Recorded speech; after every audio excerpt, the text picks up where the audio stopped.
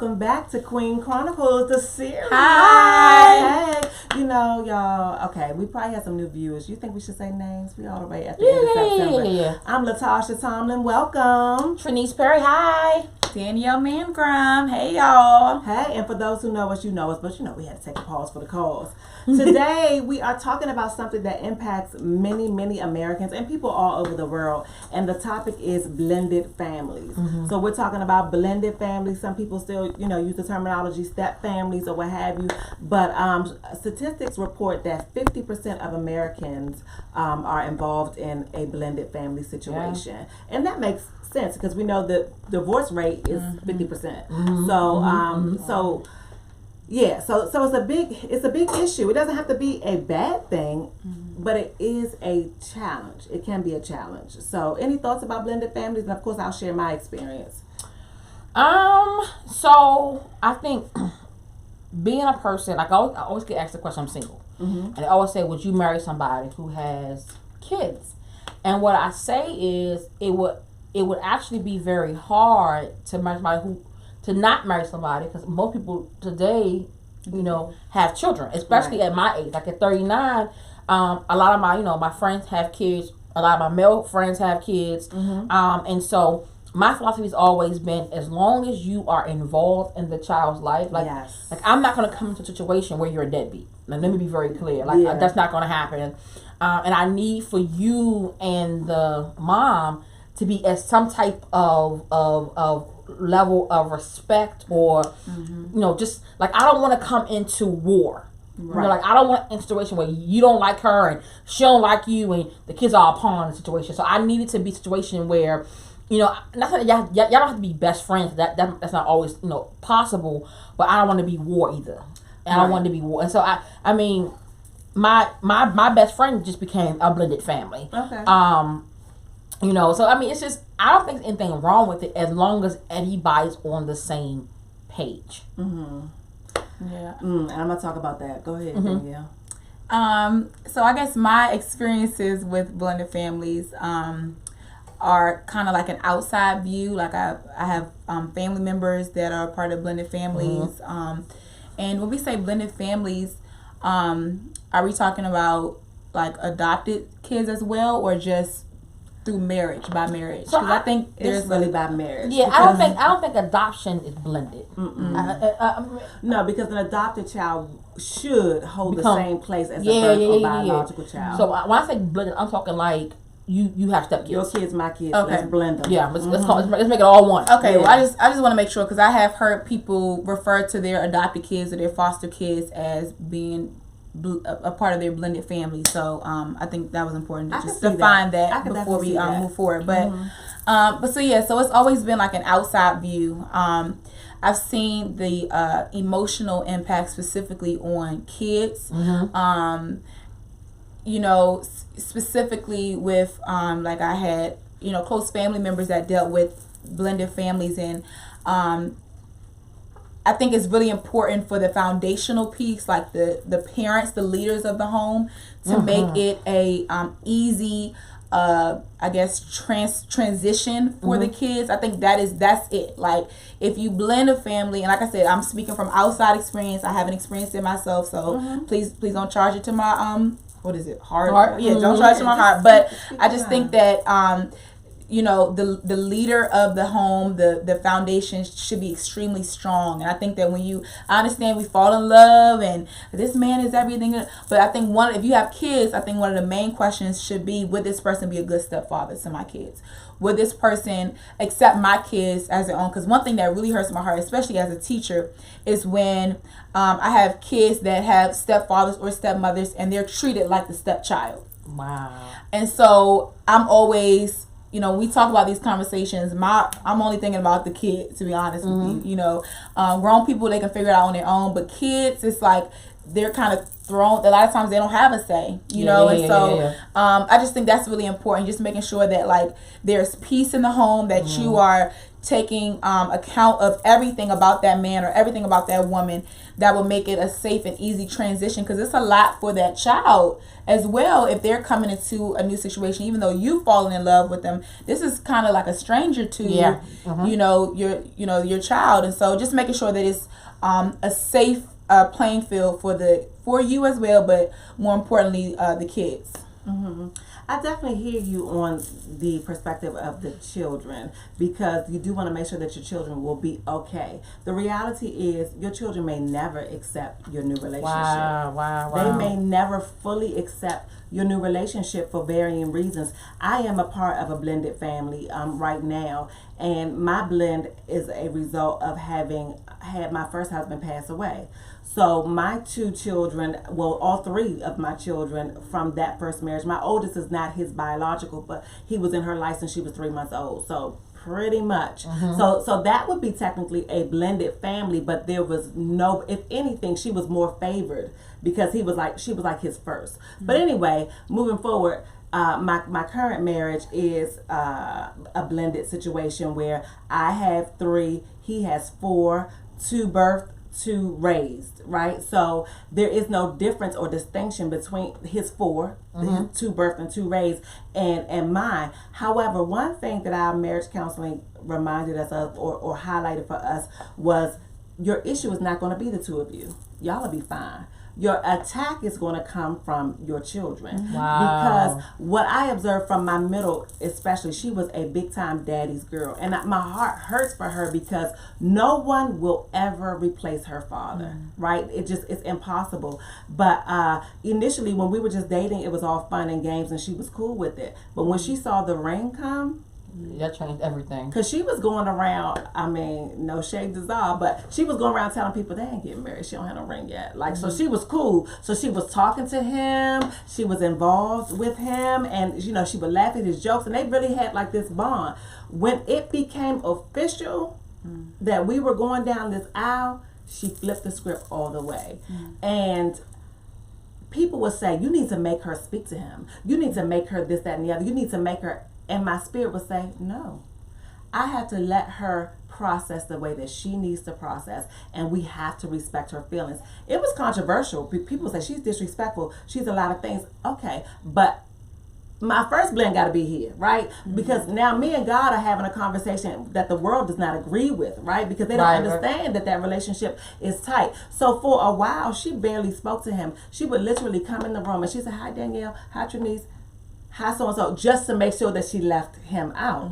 So adults have feelings too, right? So he had to come in and assume the role of a provider, because one of the benefits that is listed is that when families blend, there's more financial stability, because now we're talking about 2 incomes versus 1, right? Right. So you coming in and you're providing for someone who will barely speak to you, or you're providing for someone who is not welcoming or respectful. So I had to honor her feelings and honor his at the same time, and I'm stuck in the middle.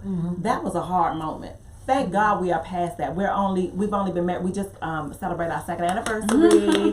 But that was a hard moment. That was almost like you said, Daniel, it almost shook the foundation of the marriage for me. I was almost like, you know what?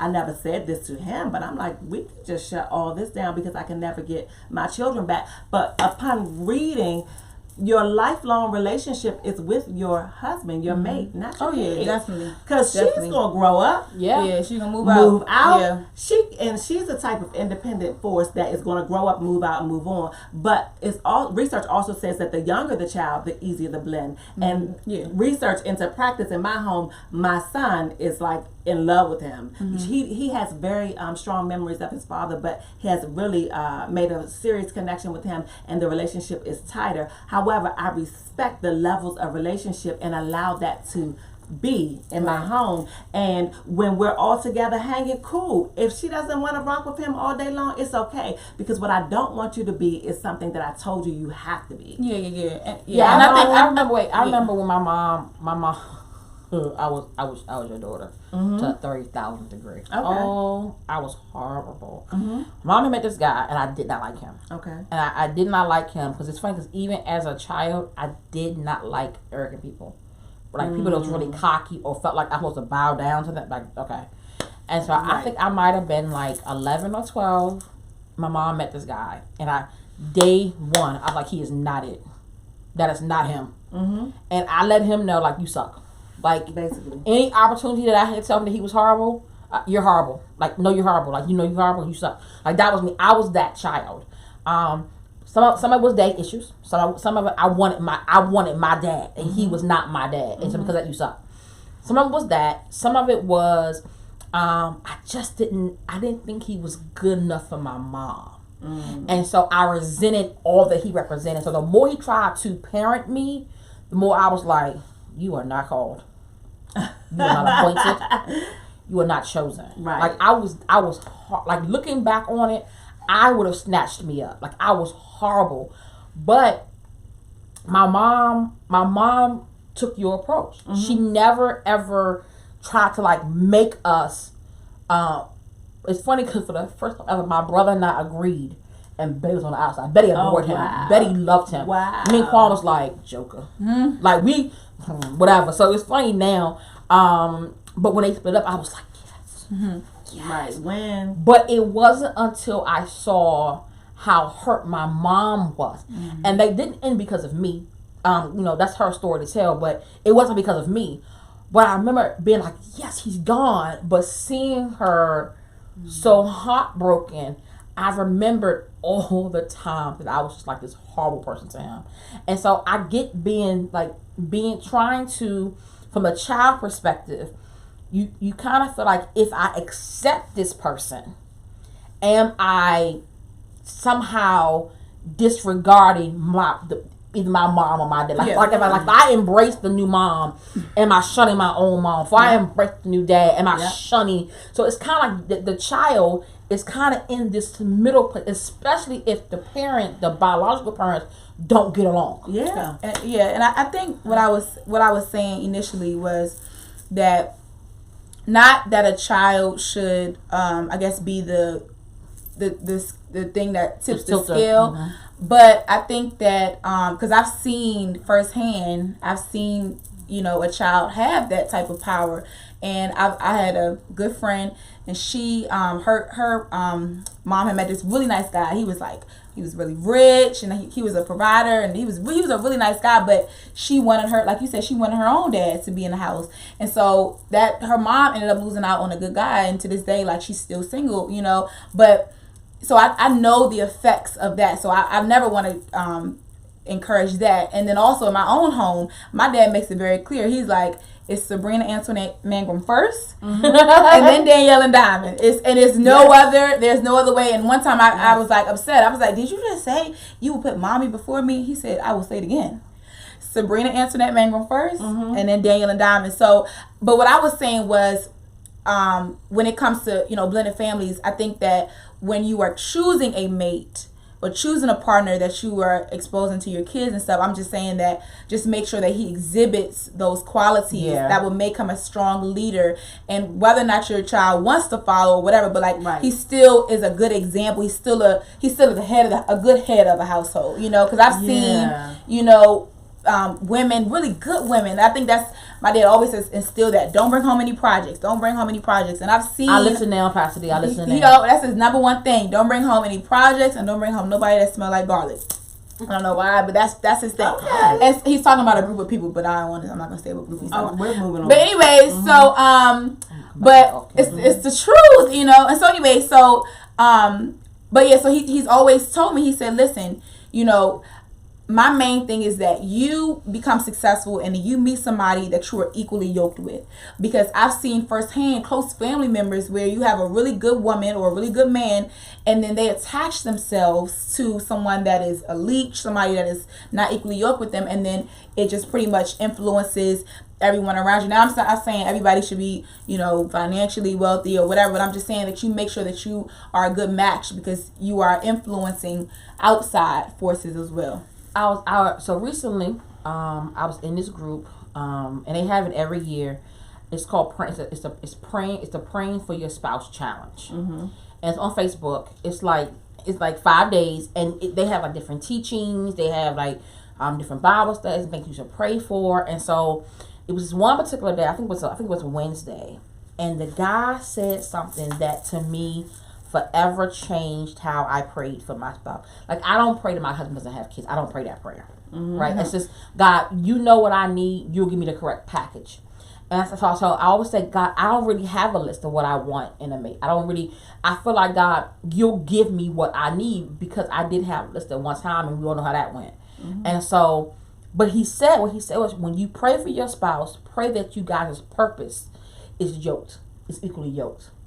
And I was like, what in the world does that mean? Yeah, that's it. And so he said, you want to pray that whoever God sends you can support your purpose, push you in your purpose, and vice versa. So you need to make sure that whoever you're linking with, purposes match. Yeah. Right? And I thank God that I really do have that, because I remember trying to explain to the children, like, I need love too. You all have each other. And they would go in their rooms, do their thing, laughing and joking and stuff. And I'm in my room by myself. Twirling your fingers. Sitting up in my room. You know what? That's my song. But anyway, just sitting up there and trying to explain that to them. But I will have to say that one thing my husband did that initially I wasn't down with, I was like, I want to meet the kids.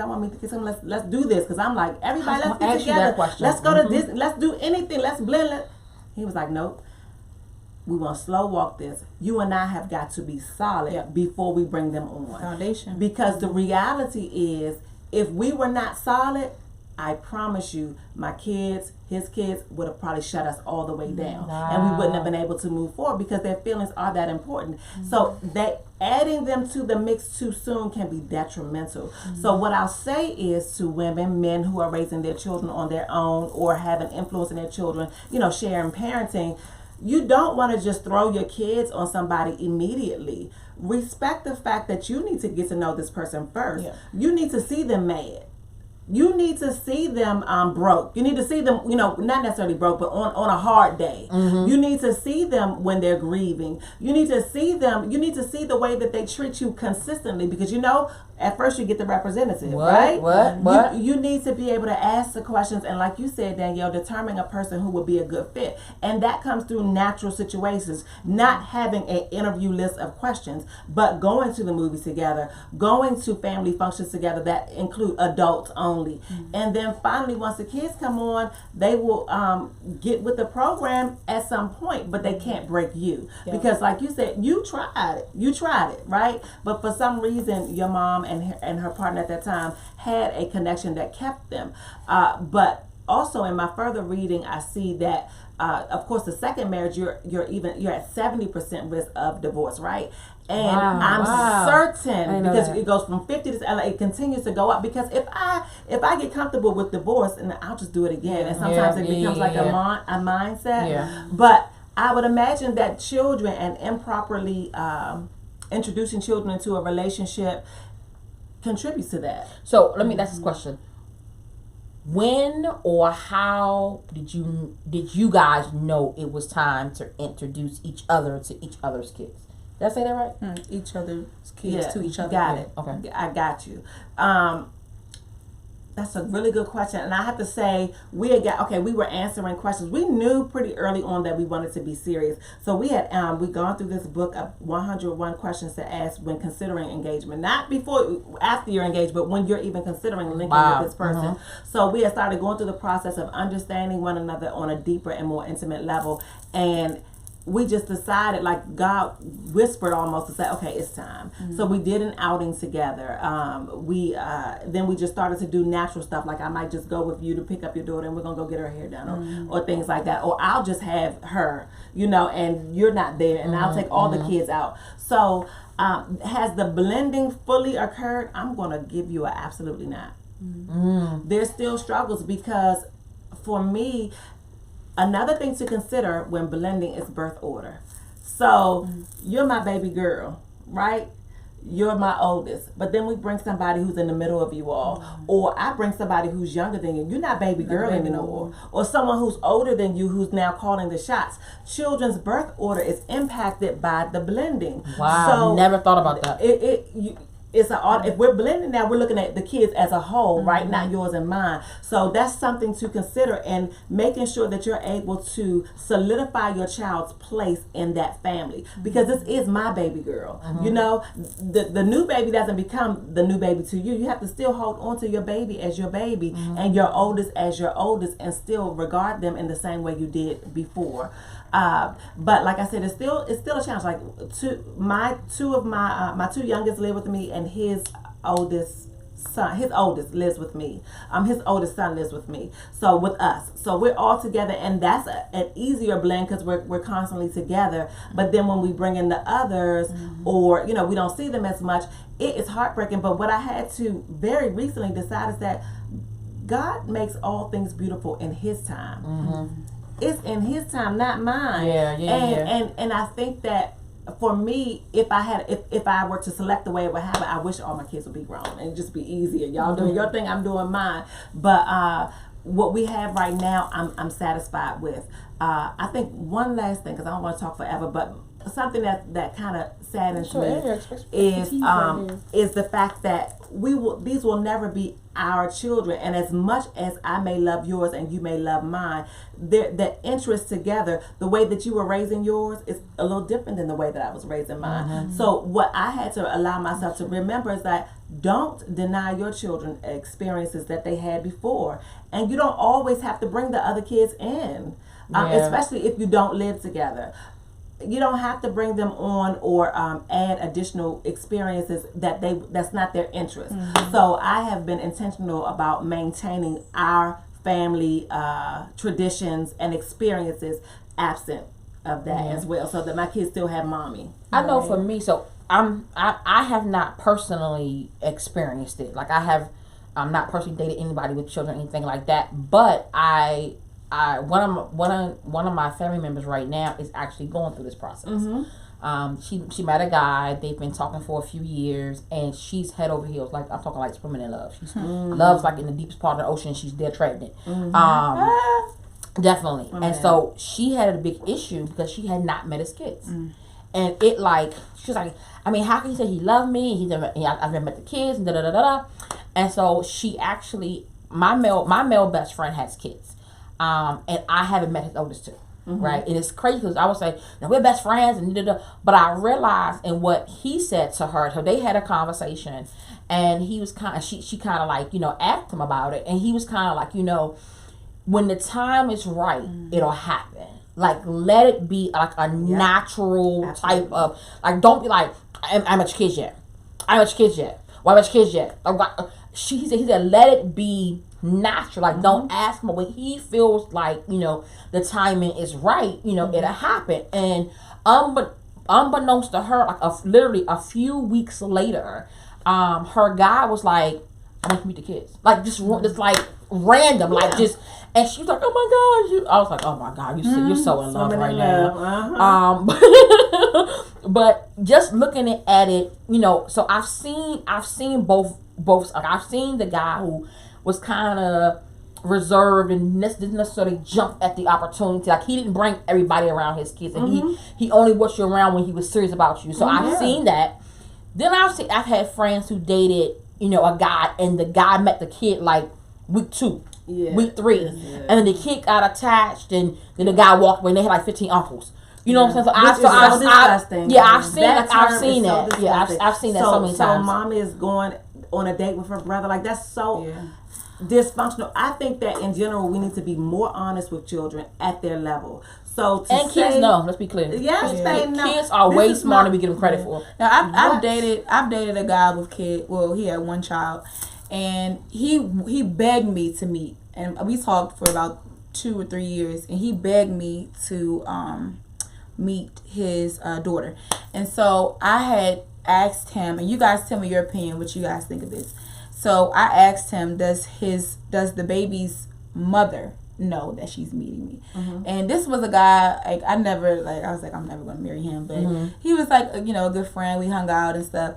But I pretty much told him, and you guys give me your opinion as well. Like, I was like, ask her mother if she's okay with her daughter meeting me. You know what I'm saying? Because this is, the baby was like 2 or 3, but she was not 2 or 3. The child was talking, so she had to be like 4 or 5. She was so she was so not invested in our relationship. No, but that's what I had. I didn't really want to say it. So not but invested. he was like, I want you to meet her. And I was like, I don't know. Like, no, because then you're going to think that we're going to the next one. No, we're not. I was in college, so She was living her life. Anyway, right. But anyway, and he was okay with that. So he asked his I was hoping that she would say no. She's like, sure. Yeah, she's like, sure. Yeah, she could be there. And he told her out with the spelling and stuff. And she's like, oh yeah, she's a good She's girl. educated. She's educated. Yeah. You got you educated one this time. This time. And so I got a text her. She was so smart and so cute. She was like chubby and everything. But anyway, so what do you guys think about that? Like, do you think that the mother of your mate's children should get permission, or do you think like it's your partner's child too, and they should be able to choose whatever they do? So for me, if I am to marry somebody who has kids, I want to be the mother of the kids. Only because at some point I'm gonna have your kid in my home. We're gonna create a home for us. And your child, will. Now I say we need to become best friends and go and embrace each other. I'm not saying all that, but there needs to be a time where we as adults come together. And me, and I would actually prefer to meet that person before, especially if the kids are younger. Now the kids are a little older. I think it's a little different. If the kids are like 15, 16 years old, but if you're talking about somebody that's like 4, 5, 6, 7, 8. I need what kind of person I am, and if the roles were switched, and I was the mom, that's what I was gonna say. And me and the guy didn't work out, and now he's I need to know who you're bringing around my kid. Not that you need to get permission. I'm not saying you need to get permission from me, right? But I feel like I love when I see pictures on Facebook, and they have like the shirts on, and it'll be like mom, dad. Stepmom, I love that, because the reality of it is blending a family is hard for everybody involved. The parents that are blending, the children, and if there are exes in the picture, it's hard. So I feel like we need to be adults. Right, we need to be adults, and by being that time went fast. And by being adults, I feel like just come together. I'm for it. And we're all a part of the village. We're all a part. We all have that one common interest, and that is in the best interest of the child. And so when we bicker and fuss and fight, we are passively and actively affecting the child. And so I think when nobody wins when the family feuds. But I will say now, if I open the door, the segue, to have said conversation, and she ain't for it, I'm not gonna keep knocking. I'm not gonna keep opening the door. No, right? I'm gonna be an adult. Then your partner has to make that decision. And I need for you, like I said, I don't want to come into a war. Right. I want to come to a situation, and I know that it's not always ideal. So you allow like that to make you walk away from the relationship? No. Okay. No. Right. No. If he doesn't stand up and speak up and be that middle person between you and I need for him to be my husband. I need for you to protect me. And I need for you to cover me. Right. And so I need for you to do the role that God put you in. Now, if I feel like you can't cover me, then us ending has nothing to do with the children. It's that you're not covering me. Right. Probably like that. That's different. Mother, that's different. That's different. He's not so I need for you to, but that's why I say, I need for, if you and her are not in a good place, then what boundaries have you established? What things are in place to cover? So because you are actively involved in a blended family, I'm going to let you close out. Okay. You will get the final word, and then we'll be done with it. Well, I'll say that Jesus was a part of a blended family, right? We know that Joseph was his earthly father, but his father was the Holy Spirit, right? Came upon Mary. So the reality is, it can work. Me as the birth mother or the natural mother, I have something to offer. If another woman were to step into my children's lives, she has something to offer. So we do our children a great service when the adults in their lives are on the same page and they don't have to experience that divided loyalty, right? So Jesus was connected to his Father for what he needed here on this earth, but his heavenly Father fulfilled all of his needs. So the first father you need to introduce your children to, of course, is their natural birth father, right? Because that's who they see. But make sure they're connected to their heavenly Father, and you are too, right? So adults can make or break the blending process for children. So I would recommend that the adults get as much on the same page as they can, and move forward with the best interest of the children at heart. Amen. So that's my final thought. And on that note, we say thank you for watching what? Queen Chronicles The Series. See you next month. Bye. Yeah.